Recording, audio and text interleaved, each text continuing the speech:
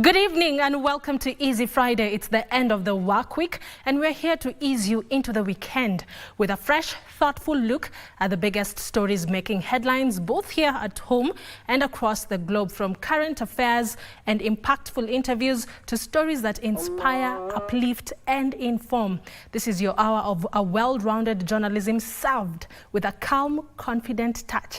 I'm Karen Kibet and this is Easy Friday. Our sign language interpreter this evening is Ann Wangeshi. Now, Muslim faithful have gathered across the country for Eid-ul-Adha prayers, signaling the start of the three-day festival. Worshippers congregated at different locations, including in open-air spaces, to pray ahead of feasts and celebrations that are usually associated with the day. Calls for unity and remembering the less fortunate in society dominated the prayers. Eid-ul-Adha coincides with the annual pilgrimage to Mecca, which happens in Eid-ul-Hijjah, the last month in Islam's lunar calendar. Allahu Akbar.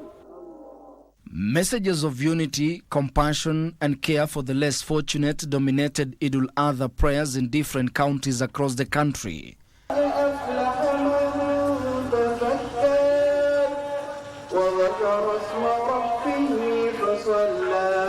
In Nairobi, Muslim faithful congregated at Sir Ali Muslim grounds for prayers. Ni vichinjo ambazo kwamba tuenda kuzitekeleza, na vichinjo hizi tufanya ni kulingamana na mafundisho ya babu yetu Nabii Allah Ibrahim alayhi salatu wasalam, alipoambiwa na Allah katika ndoto aende amchinje mwanawe. Ndio maana tutekeleza hii ibada. Ar-Rahmanir Rahim, Maliki yawmika nasta'in.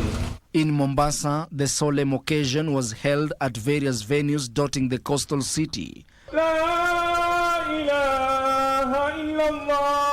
The Cabinet Secretary for Mining, Blue Economy and Maritime Affairs, Hassan Joho, was among congregants who gathered at the Kulthum Mosque in Kizingo, urging residents to register on the Boma Yangu platform to become homeowners.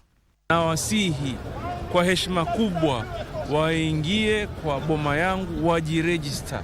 We don't want to create a situation whereas hawakuregister and then what is meant for them iende kwingine alafu itakuwa shida.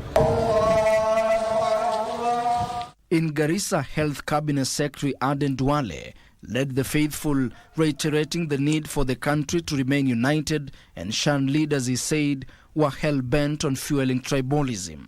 Siku ya Idi ndio siku ile ambayo tunaungana. It's a day of unity. Ile rais ameanzisha ya kwamba Wakenya waungane bila kuangalia dini, bila kuangalia kabila, bila kuangalia mahali wametoka. We don't want retrogressive political leaders ambayo wanataka kugawanya hii nchi kwa misingi ya kikabila na wanaanzisha vyama vya ukabila. The same was echoed in Migori, Isiolo, Mandera and Busia counties, with religious leaders calling on politicians in the country to engage in a sober political competition. Watu wa siasa wawache kupigania election ama siasa ambao wakati yake ni bado. Watu wa siasa watakuja tuunganisho wa Kenya, wanafanya campaign ambao muda hajafika. Sisi kama Waislamu, viongozi wa Islamu, tunaomba viongozi wetu wasikizane, wafanye kazi pamoja, wadumishe amani. Coming to this orphanage not only solidates my cause as a mother, but also it amplifies my cry inside as a daughter and as an orphan child myself. In Turkana County, prayers were held at Lodwars Jamia Mosque. Sheikh Abdullah Sheikh, who led the ceremony, urged the national government to deploy the Kenya Defence Forces in the volatile Todonyang area along the Kenya-Ethiopia border, where fishermen were recently killed by foreigners. Ima kuelimisha, kusaidia kimali, ama kufanya nini kijeshi na kiaskari. Sasa serikali yetu ndio nitakana atulinde mpakani. The festival is famous for its feast, which Muslim faithful traditionally share with family, friends, relatives and the poor.